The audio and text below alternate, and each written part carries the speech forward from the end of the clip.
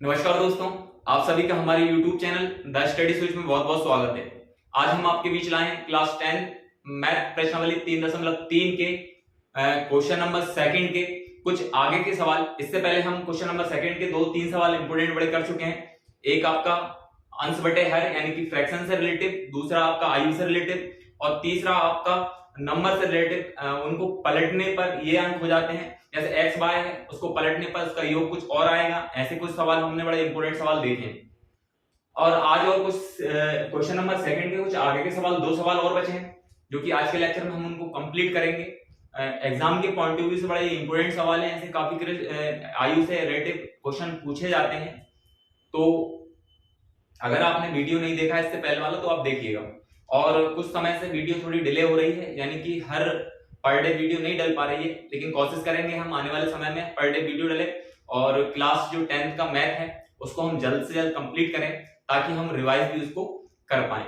तो बिना देर किए हुए चलते हैं आज के लेक्चर पर और कंप्लीट करते हैं हम चैप्टर नंबर यानी कि एक्सरसाइज 3।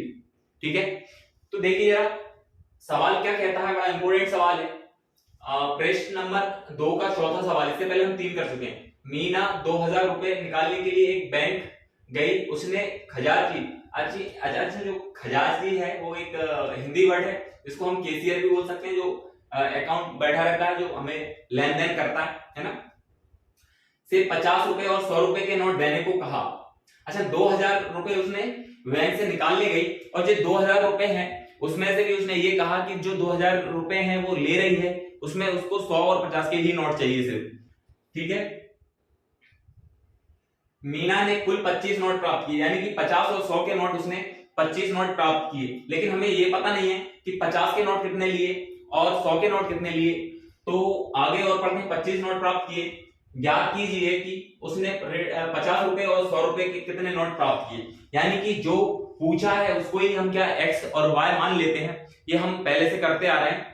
तो हमें 50 और 100 के नोट ज्ञात करना है तो हम उसको x और y मान लें। उससे पहले आप एक चीज समझिएगा कि क्वेश्चन इस प्रकार के क्वेश्चनों को पढ़ना बड़ा इंपॉर्टेंट है, ताकि बस इक्वेशन बनाना ही मेन कठिन है थोड़ा सा। इक्वेशन बनने के बाद तो बड़ी आसान तरीके से ये सॉल्व हो जाते हैं, लेकिन क्वेश्चन में से ही हमें इक्वेशन बनाना है। तो देखिए जरा, सबसे पहले अगर मैं बात करूं तो मीना ने, हम लिख देते हैं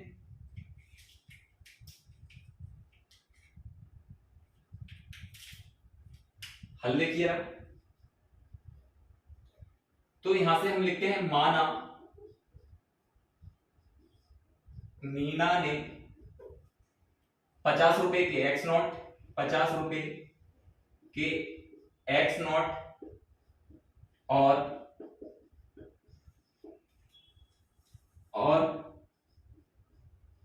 100 रुपए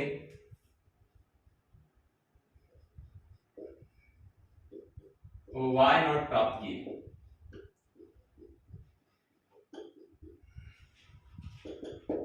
ठीक है, तो जो मीना है उसने x रुपए के कितने नोट प्राप्त किए, x 50 के नोट x प्राप्त किए और 100 के नोट y प्राप्त किए, जो कि हमें पता नहीं है, लेकिन हमने x और y मान लिया। अब दूसरी चीज क्या कहता है कि प्रश्नानुसार देखते हैं क्या कहता है।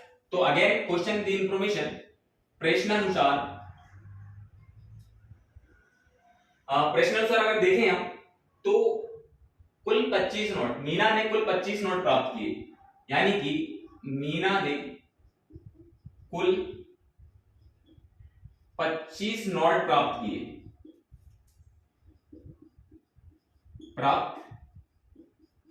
अच्छा, एक चीज समझ रहे होंगे आप कि जो 50 और 100 के नोट हैं उनकी जो संख्या है वो किसके बराबर है, 25, यानी दोनों मिलाकर कितने होंगे, 25। तो एक समीकरण तो सीधा दिख गया हमें कि x प्लस वाई बराबर 25, यानी कि समीकरण एक सीधा, यानी 50 और 100 के नोटों की संख्या टोटल कितनी है, वो है 25, x और y 25 है।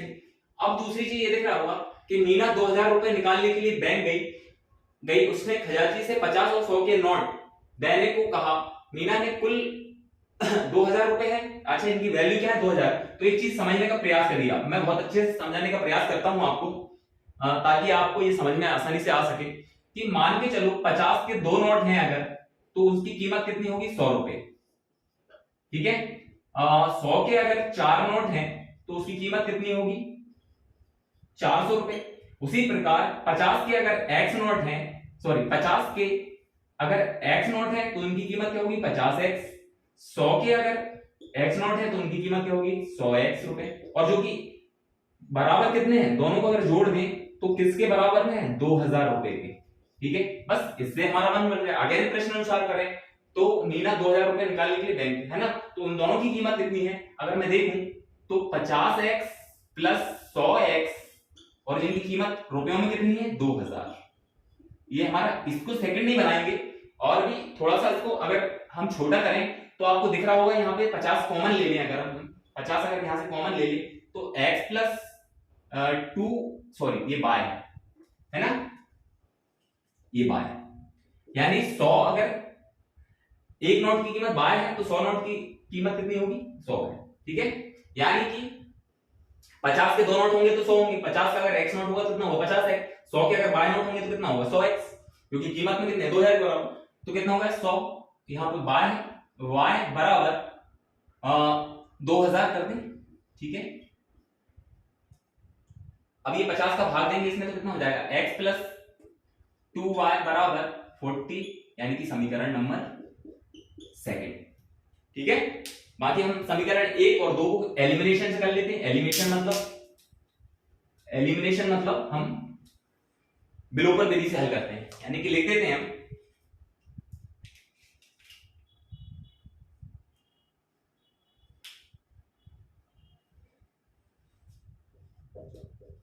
समीकरण 1 व 2 को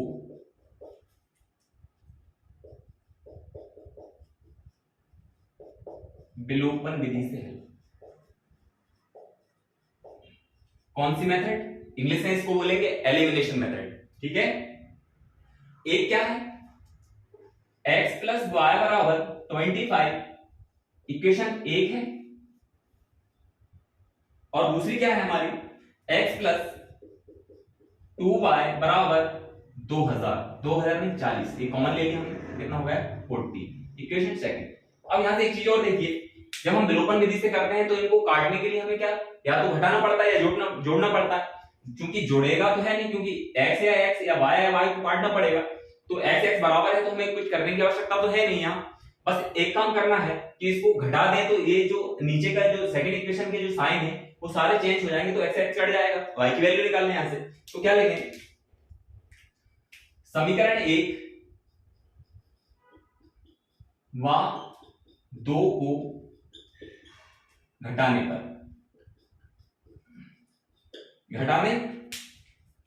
तो यहां से घटा दिया तो देखिए पहली इक्वेशन क्या है हमारी, x प्लस वाई बराबर 25, इक्वेशन फर्स्ट। दूसरी क्या है, x प्लस 2y बराबर 40, इक्वेशन सेकंड। दोनों को क्या कर दें, सबट्रैक्ट कर दें यानी घटा दें, तो ये तो हो जाएगा माइनस, ये भी प्लस प्लस है तो ये भी माइनस और ये भी माइनस। अब एक चीज आप देख पा रहे हैं, x चढ़ गया प्लस माइनस। ठीक है, अब ये देखिए ना क्या हो गया, ये माइनस का है और ये प्लस का है, यानी माइनस का बड़ा है तो ये क्या हो जाएगा, 2y में से y जाएगा तो माइनस का y बचेगा यहां से, और माइनस का 40 बड़ा है, 25 प्लस माइनस माइनस हो जाएगा, यानी 40 में से 25 जाएगा तो ये 15 बचेगा। माइनस का क्या बचेगा, माइनस की संख्या बड़ी है इसलिए 15 जो बचेगा वो माइनस का बचेगा। तो यहां से आप देख रहे होंगे माइनस से माइनस कैंसिल करते हैं हम, अगर माइनस से माइनस कैंसिल कर दें तो यहां से सीधी सीधी वैल्यू हमारी किसकी आ गई, y की वैल्यू क्या आ गई 15। ठीक है, अब हम किसी भी इक्वेशन में, चाहे वो इक्वेशन फर्स्ट हो यानी समीकरण 1 हो या समीकरण 2 हो, उसमें हम x की वैल्यू y की वैल्यू पुट कर दें तो x की वैल्यू निकल जाएगी। तो हम देखें तो समीकरण 1 में रख दें, यानी कि y का मान y बराबर 15 समीकरण 1 में रखने पर। ठीक है, अब जब हम 1 में रखें तो क्या हो जाएगा, x प्लस वाई बराबर 25, तो y की वैल्यू रख दें यहाँ पे, x प्लस y की वैल्यू क्या है 15 बराबर 25, उधर इसको पक्षांतर कर दें तो क्या हो जाएगा, x बराबर 25 माइनस 15, यानी कि x बराबर कितना आ गया 10, ये x की वैल्यू है और ये y की वैल्यू। ठीक है, अब चेक कर लें।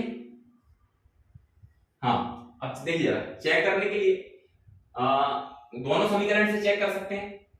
एक्स मतलब हमने कितने नोट हैं, एक्स मतलब 50 के नोट कितने हैं, सॉरी हाँ 50 के नोट कितने हैं 10, और वाई मतलब 100 के नोट कितने हैं 15, 15 और 10 25। तो ये इक्वेशन सेकंड। दूसरा ये बोला था कहां गया, हाँ दोनों नोट मिला के कितने हैं 2000, कीमत कितनी हो रही 2000। तो हम देखें जरा थोड़ा सा, तो 100 के नोट कितने आए हमारे, 100 क्या माना था हमने, x माना था, मैंने बताया था आपको 100 क्या माना था, x माना था।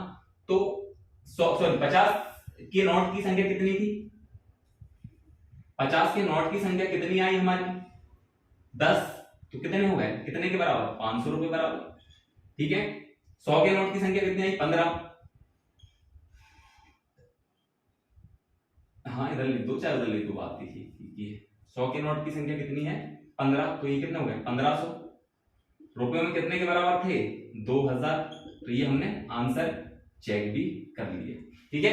आप स्क्रीनशॉट ले सकते हैं, ये बड़ा इंपॉर्टेंट सवाल है। आगे का सवाल करते हैं हम, फिर स्क्रीनशॉट ले सकते हैं।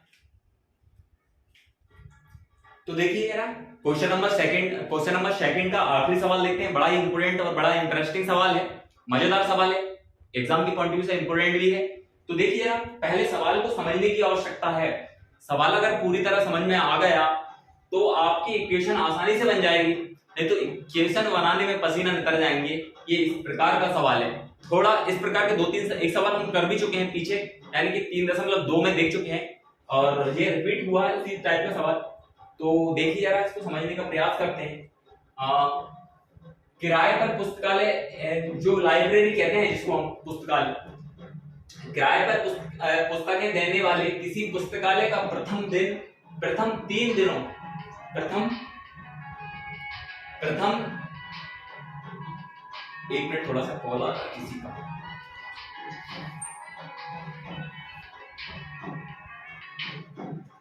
देखिए हाँ, किराए पर पुस्तकें देने वाले किसी पुस्तकालय का प्रथम 3 दिनों का एक नियत किराया है तथा उसके बाद, मतलब नियत किराया है मतलब प्रथम 3 दिनों तक सेम किराया लगने वाला है।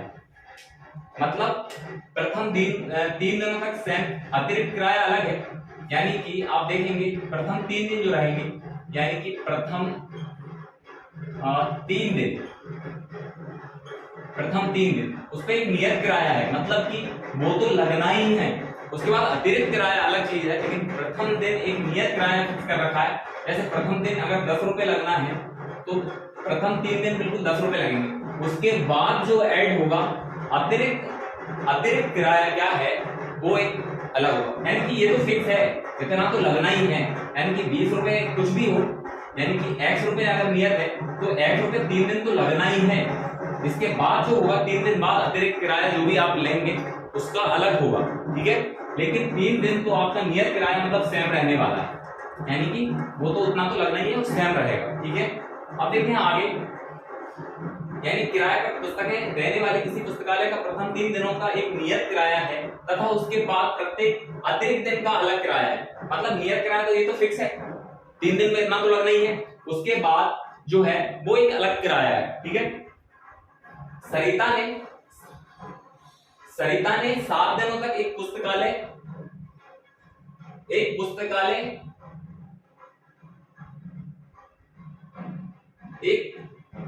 7 दिनों तक एक पुस्तक रखने के लिए 27 रुपए अदा किए, जबकि सुसी ने एक पुस्तक 5 दिनों तक रखने के लिए 21 रुपए अदा किए। नियत किराया तथा अतिरिक्त दिन का किराया हमें ज्ञात करना है। तो सबसे पहले तो मैंने पूछा है, जो पूछा है उसी को हम x मान लें और y मान लें, थोड़ा आसान हो जाता है सवाल। देखिए हल करें। हाँ क्या पूछा है यहां से देखिएगा, नियत किराया, तो माना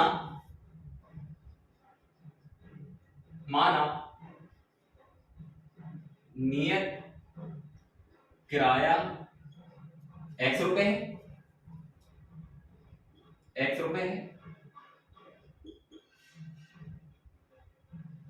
है ना, जो कि फिक्स है, तथा अतिरिक्त किराया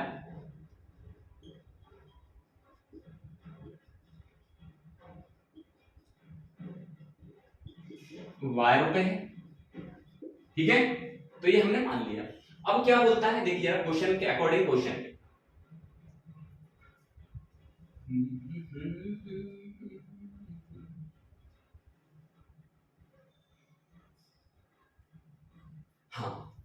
देखिए, सरिता ने 7 दिनों तक एक पुस्तक को रखने के लिए 27 रुपए दिए। मतलब कि सरिता ने 7 दिनों तक एक पुस्तक, अच्छा देखिए इससे और समझने का प्रयास करेंगे। सरिता ने, देखिए सरिता ने 7 दिनों तक एक पुस्तक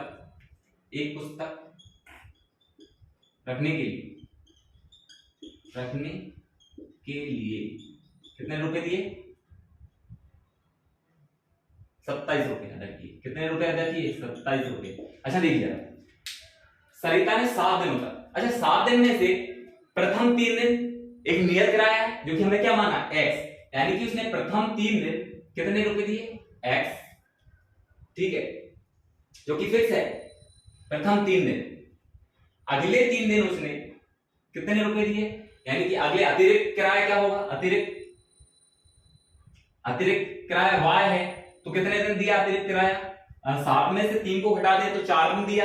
यानी कि अगर एक दिन का y है तो 4 दिन का क्या हो जाएगा? 4y, है ना? तो यानी कि कितना हो जाएगा? 4y, और जो कि रुपयों में कितने बराबर है? कितने रुपए अदा किए उसने? एक नियत किराया और अतिरिक्त किराया को मिलाकर उसने 27 रुपए अदा किए। कितने? 27 रुपए। इक्वेशन फर्स्ट, कोई दिक्कत? अब दूसरी बार क्या बोला? सुशी ने एक पुस्तक 5 दिनों तक रखी। सुशी ने उसी पुस्तकालय से एक पुस्तक को 5 दिनों तक रखने के लिए 21 रुपए अदा किए। तो इसका भी प्रथम दिन, भैया प्रथम 3 दिन का तो फिक्स है ना, क्या? x, प्रथम 3 दिन का फिक्स है। कितने रुपए दिए प्रथम 3 दिन के? x ना, प्रथम लिख दें, यहां लिख भी देता हूं, हम लिख भी देते हैं कितने, सॉरी ये सरिता लिखा है, सरिता, ठीक है। अब सुशी ने 5 दिनों तक पुस्तक रखने के लिए कितने रुपए दिए? 21 रुपए, ठीक है। अब देखिए प्रथम 5 दिन यानी कि 3 दिन फिक्स रहा, क्या रहा? x रहा हुआ, प्लस अतिरिक्त दिन में पता है एक दिन का y रुपए है, अतिरिक्त दिन का y है, एक दिन का y है, एक दिन का अगर y है तो 2 दिन का कितना हो जाएगा? 2y, ठीक है। तो ये हमने समझाने के लिए, हाँ कितने दिन, देखिए 5 दिन की बात हो रही है। कितने दिन की बात हो रही है? 5 दिन। 5 दिन में से जो आपके प्रथम जो 3 दिन है उसका तो नियत किराया यानी कि बराबर है, मतलब फिक्स है बिल्कुल। अगले 2 दिन बचे तो उसने कितने y रुपए अदा किए होंगे? 2y बराबर कितना हो गया? 21 रुपए। इक्वेशन नंबर सेकंड, वही लिखते हैं समीकरण 1 और 2 को, समीकरण 1 व 2 को विलोपन विधि द्वारा हल, ठीक है। तो एक क्या है? x प्लस 4y, यहां पे कर दें, क्या है? x प्लस 4y बराबर कितने? 27 रुपए, 27, इक्वेशन फर्स्ट। दूसरी क्या है? x प्लस 2y बराबर 21, इक्वेशन सेकंड। अच्छा देखिए विलोपन विधि से कर रहे हैं तो ax x चढ़ जाएगा, इसलिए क्या कर दें? हटा दें, क्योंकि साइन जो कि चिन्ह है वो क्या हो जाएंगे? चेंज हो जाएंगे। तो लिख देते हैं समीकरण 2 में से एक को घटाने पर, ठीक है घटा दें, तो लिख लें थोड़ा, चल क्या है? x प्लस का 4y बराबर 27, इक्वेशन फर्स्ट। दूसरी क्या है? x प्लस 2y बराबर 21, कितनी? सेकंड। दोनों को सबट्रैक्ट कर दें, चिन्ह चेंज हो जाएंगे। अब देखिए ये प्लस है तो ये माइनस, ये प्लस है तो ये भी माइनस, और ये प्लस है तो ये भी माइनस। अब देखिए यहां से आप देख पा रहे होंगे x से x कैंसिल हो गया, ये प्लस है ये माइनस है, 4 में से 2 जाएगा कितना बचेगा 2y, कितना बचेगा 2y, बाय से नहीं बना 2y बराबर 27 में से 21 जाएंगे कितना बचेगा 6, ठीक है 21 6 27, ठीक है प्लस प्लस तो y बराबर क्या हो जाएगा, ये मल्टीप्लाई में हो जाएगा डिवाइड में हो जाएगा 6/2, यानी कि यहां से हमारी वैल्यू आ चुकी है किसकी x की, कितनी आ गई, इसको काट दें तो कितनी आ जाएगी यहाँ पे 3, अब देखिए y बराबर क्या आया, यहाँ पे y बराबर आ चुका है हमारा 3। अब किसी में भी रखते हैं इक्वेशन फर्स्ट में रखते हैं तो यहां से y बराबर 3 यहां लिख देते हैं, y का मान समीकरण 1 में रखने पर,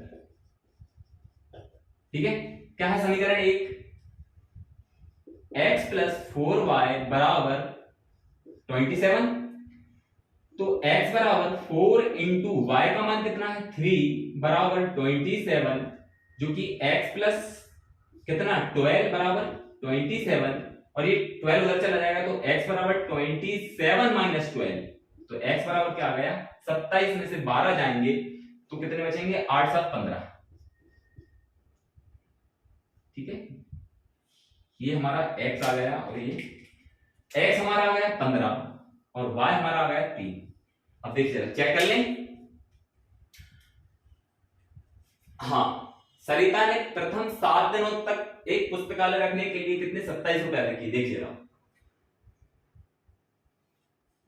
शुरू के दिन तो उसने कितने दिए 15 रुपए दिए होंगे, यानी कि शुरू के दिन उसने कितने दिए होंगे, यही मैं समझा देता हूं आपको, देखिए शुरू के आपने 3 दिन तो उसने कितने रुपए दिए 15, ठीक है क्योंकि x प्लस 4 दिन उसने कितने दिए 3 रुपए, यानी पर डे कितने दिए 3 रुपए, तो 4 दिन में कितने 12, जो कि कितने के बराबर था 27, 15 और 12 कितने होते हैं 27, ठीक है दूसरा चेक करवा देता हूं आपको, हाँ पहला फिक्स कराया 15 रुपए, ठीक है फिर उसने दूसरे दिन 2 y कितना आया 3, यानी कितने रुपए होती है 6, यानी 2 एक दिन के 2 रुपए, सॉरी 2 दिन में y बराबर एक दिन के कितने रुपए दिए 3, तो 2 दिन के कितने दिए 6 रुपए,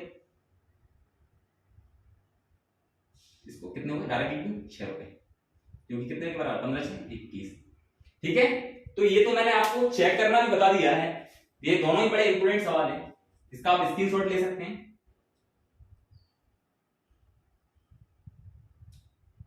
ठीक है तो आज हमारी प्रश्नावली जो है 3.3 कंप्लीट हुई, आप एक बार रिवाइज करेंगे अच्छे से तो बिल्कुल आपको आसान तरीके से इक्वेशन बनाना आ जाएगा, और इस प्रकार के सवाल में अगर एक बार आपको इक्वेशन बनाना आ गए तो उसको सॉल्व करना हल करना आसान है, ठीक है तो प्रश्नावली 3.3 यानी कि प्रश्नावली अगर मैं चैप्टर 3 की बात करूंगा तो आज कंप्लीट हो गया। नेक्स्ट वीडियो से हम एक्सरसाइज 4 चालू करने वाले हैं, तब तक के लिए जय हिंद जय भारत, नमस्कार दोस्तों।